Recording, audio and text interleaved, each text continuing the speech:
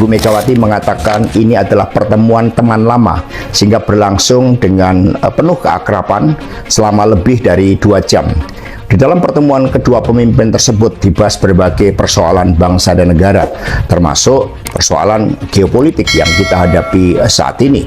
Tentu Ibu Mega dalam pengalamannya yang luas menyelesaikan krisis multidimensi, beliau menyampaikan berbagai hal terkait dengan sense of urgency dan sense of priority sesuai dengan pengalaman beliau di dalam menyelesaikan krisis. Nah, kalau dimulai dari kalimat itu, pertanyaannya kenapa Istana mengundang Ibu Mega? Yaitu yang kelihatan memang akhir-akhir ini agak terlihat mengemuka di lingkaran istana semacam kegalauan gitu menghadapi situasi kita yang kelihatan makin ke depannya makin sulit kan gitu ya.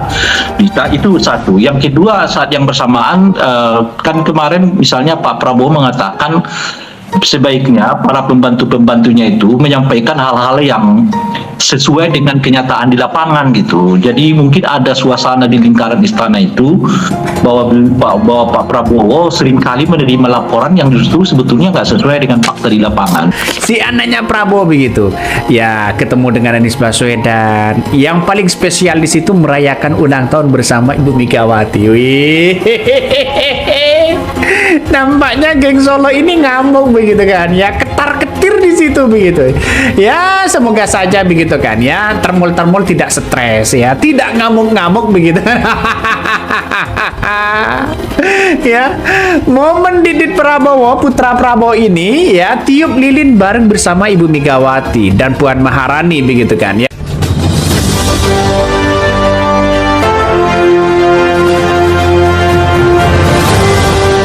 Radar Nonstop.co, tak disangka ternyata putra Presiden Prabowo Subianto, Didit Hedi Prasetyo, piawai dalam melakukan komunikasi politik. Walau tak ada latar belakang politik, tapi Didit bisa masuk ke semua tokoh. Momen Didit merangkul semua tokoh dicap sebagai penjahit politik. Gaya komunikasinya yang lentur dan sopan ternyata mampu membuat sejuk tokoh-tokoh berpengaruh. Saat momen Lebaran, Didit melakukan safari dengan mengunjungi sejumlah presiden terdahulu. Di hari H Lebaran pada hari Sabtu 21 Maret, Didit mengunjungi Presiden ke-6 RI Susilo Bambang Yudhoyono.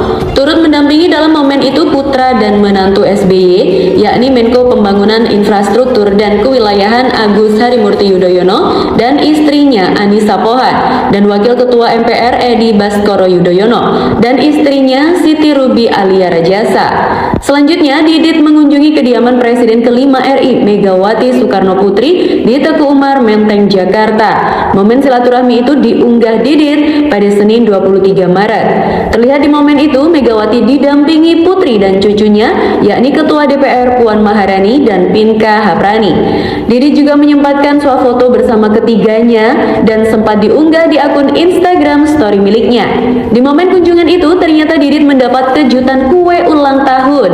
Dilihat di Instagram story-nya, kejutan berlangsung di ruang tamu. Sebuah kue ulang tahun terlihat diletakkan di atas meja kaca di hadapan Didit. Puan dan Pinka tampak berdiri di dekatnya, sementara Megawati duduk di sofa di samping Didit. Didit kemudian menoleh ke arah Megawati, Puan, dan Pinka sambil merapatkan tangan seraya berterima kasih. Ia lalu mematikan lilin tersebut dengan menepukkan tangan. Di samping itu, saat Lebaran Didit mendampingi ayahnya Prabowo menerima sejumlah tamu saat open house di Istana Merdeka, Jakarta. Berbagai tokoh berdatangan termasuk SBY dan Presiden ke-7 RI Joko Widodo. Di hari yang sama, Didit juga berkunjung ke kediaman istri Presiden ke-4 Abdurrahman Wahid atau Gus Dur di Ciganjur, Jakarta Selatan. Momen pertemuan diunggah putri Gus Dur, Yeni Wahid, lewat akun Instagramnya. Terima kasih adikku, Mas Didit Prabowo, udah menyempatkan mampir ke Ciganjur untuk silaturahmi Lebaran dengan kami sekeluarga. Padahal hari ini adalah hari ulang tahunnya, tulis Yeni. Yeni mengatakan pada kesempatan itu Didit bahkan turut membawa buku Soto Nusantara dalam 3 bahasa dan buku filsafat Jawa yang dikumpulkan oleh Presiden kedua RI Soeharto. Makasih ya untuk semua cerita-cerita seru hari ini. Semoga Mas Didit panjang umur, sehat dan bahagia selalu, serta makin sukses berkarya Halo guys, kembali lagi ke channel saya Ibu Mas. Bravo Amerika, Israel hancurkan rezim teroris. Saya tidak akan percaya lagi dengan semua media masa Konoha. Bravo Amerika, Israel. Media Konoha ditambah pendukung kakek pada stres. Makanya jangan bergembira dulu. Konoha stres, para pendukung Iran di Konoha. Kalau Amerika Serikat mau tunduk pada syarat Iran, pasti dunia dalam bahaya. Jika Iran masih keras kepala, Iran pasti akan jadi gajah dunia. Kadrun rasis, bertobatlah dan mohon damai. Kurang tepat kalau disebut warga Konoha pendukung Khamenei, lebih tepatnya kadrun Konoha. Maju terus perang Amerika dan Israel. Kalau Iran masih keras kepala, serang dan lenyapkan Iran demi kebenaran dan memberantas terorisme. Iran hanya dijadiin uji coba dan promosi persenjataan AS dan Israel. Iran menyerah itu lebih baik. Singa mengaum. USA Israel habiskan Iran teroris global dan antek-anteknya, jangan kasih ampun dan bangkit untuk selamanya. Mantap Israel dan Amerika untuk menghancurkan sarang teroris di muka bumi. Bravo Israel. Mana bisa melawan juga punya teknologi canggih. Cari mati Hussein Yusuf. Iran sampun kalah, saknorek Israel yang menang. Waduh, Konoha bisa pingsan jika menonton berita ini. Turun aja sama Khamenei. Kerusakan itu, rezim Iran tidak akan menerima perlindungan sebelum pemimpin Iran tewas semua. Sudah habis saja rezim Iran. Biar Hussein Gala nangis buntu donasinya. Musnahkan para petinggi dan rakyatnya Iran, ya pro rezim Khamenei. Hancurkan teroris, meresahkan dunia. Bravo Israel, Amerika, semoga Tuhan melindungi. Tuhan di pihak Israel. Israel, Amerika, Inggris, Washington, Australia.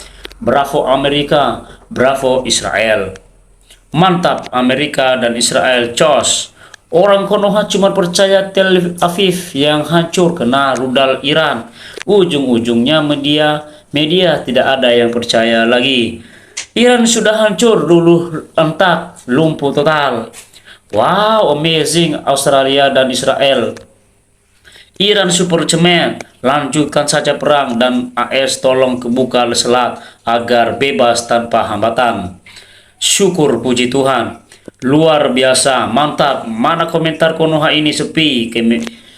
Media Konoha cuma jual hoax halaris tenan. Sekalian aja minta ampun. Iran perlu dibantu PMI. Tak pernah ada damai jika teroris masih ada di dunia ini. Para pengamat mana membodohi masyarakat saja. Bravo, bless you. TV One, Kompas, Tribun ini sakit hati ya, makanya yang jujur. Hantam terus Iran sampai tamat. Hancurkan dan lenyapkan poros setan Iran, Hamas dan Hizbullah, Now, Hizab Israel dan Isyam dan poksi-poksinya karena sumber teroris Timur Tengah. AS Israel, Iran balas sekarang Amerika dan Israel dengan senjata yang canggih. Untuk berhentilah memusuhi Israel kecuali punya radar dan rudal pesawat jarak jauh. Mana mampu Konoha nyerah, kalah saja, tobat, jangan jadi penjahat teroris. Karena ejek semua sembunyinya di infrastruktur sipil, kalah perang kok minta ganti. Itu yang aku lihat, kayak nggak ada yang di Israel dan Amerika. Syukurin mana itu pasukan Konoha yang bantu Iran. Segera berdamailah, kasihan dengan masyarakatnya sebab mereka mau hidup tenang. PBB turun tengah muda mediasi supaya tiga negara ini segera damai. Khilafan kata para pakar dan pengamat politik Timur Tengah asal Konoha, katanya Iran masih sangat kuat. Tidak ada sejarahnya Amerika menang dalam peperangan. Aku pun tidak percaya berita Konoha. Iran keras kepala, maka akan jadi kajian kedua. Ini sebenarnya masih terjadi. Amerika Serikat serang militernya, sedangkan Israel musuhin sipilnya. Mungkin mana wanitanya? Amerika Israel CS aku. Membrodir Iran habis-habisan sebelum Angkatan Laut Amerika masuk dari darat untuk melakukan pembersihan, menangkap sisa-sisa pejabat sipil, militer, dan garda revolusinya untuk diajukan ke pengadilan dan mempertanggungjawab penyiksaan pembantaian para demonstran damai. Mau bagaimana Iran melawan AS yang hanya punya speedboat yang bawa senjata kecil, sedangkan AS bawa bom. Makanya Iran mengatakan kalau orangnya tewas dibilang mati syahid, padahal sudah mati konyol. 80.000 target hancur kalau satu orang saja motong tiap target puluhan ribu dong. Udah motong, dan gimana pula kalau tiap target motong lebih dari satu orang setiap target, ratusan ribu dong yang motong. Ayo Iran maju terus sampai titik darah penghabisan, pantang mundur demi menjaga rasa malu, mengingat saudaramu yang Konoha tetap memuja-muja dirimu walaupun sudah chaos. Di Konoha tak perlu orang pintar, yang penting satu akidah, ada Allah di belakang kalian, tetap berdoa sajalah. Media Konoha selalu hoax, apalagi pengamat Konoha dan warga Konoha. Tahu aja, tar kalau memang begitu abis, memang mereka tahu, tar iri itu, udah pora-poranda malah merasa menang. Kleman itu ingatlah akan penindasan mereka sendiri. Ini kan memang sistemnya teror, udah nyata mereka berat, udah berperang. Kaum Konoha Hussein, jangan stres, berat nafas, kepemimpinan Iran tinggal 80% akibat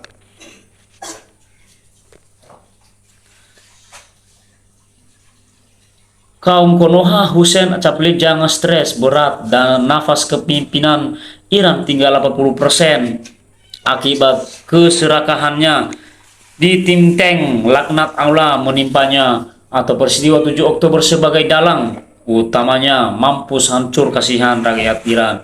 Yang jelas kagak ada sejarah ketika Iran perang menang dalam medan pertempuran. Ayo buktikan mana taktik pengecut yang bikin, tinggal lihat nanti Cina akan kuasai dunia. Hahaha. Good Adonai bless you, Presiden Donald Trump and Benjamin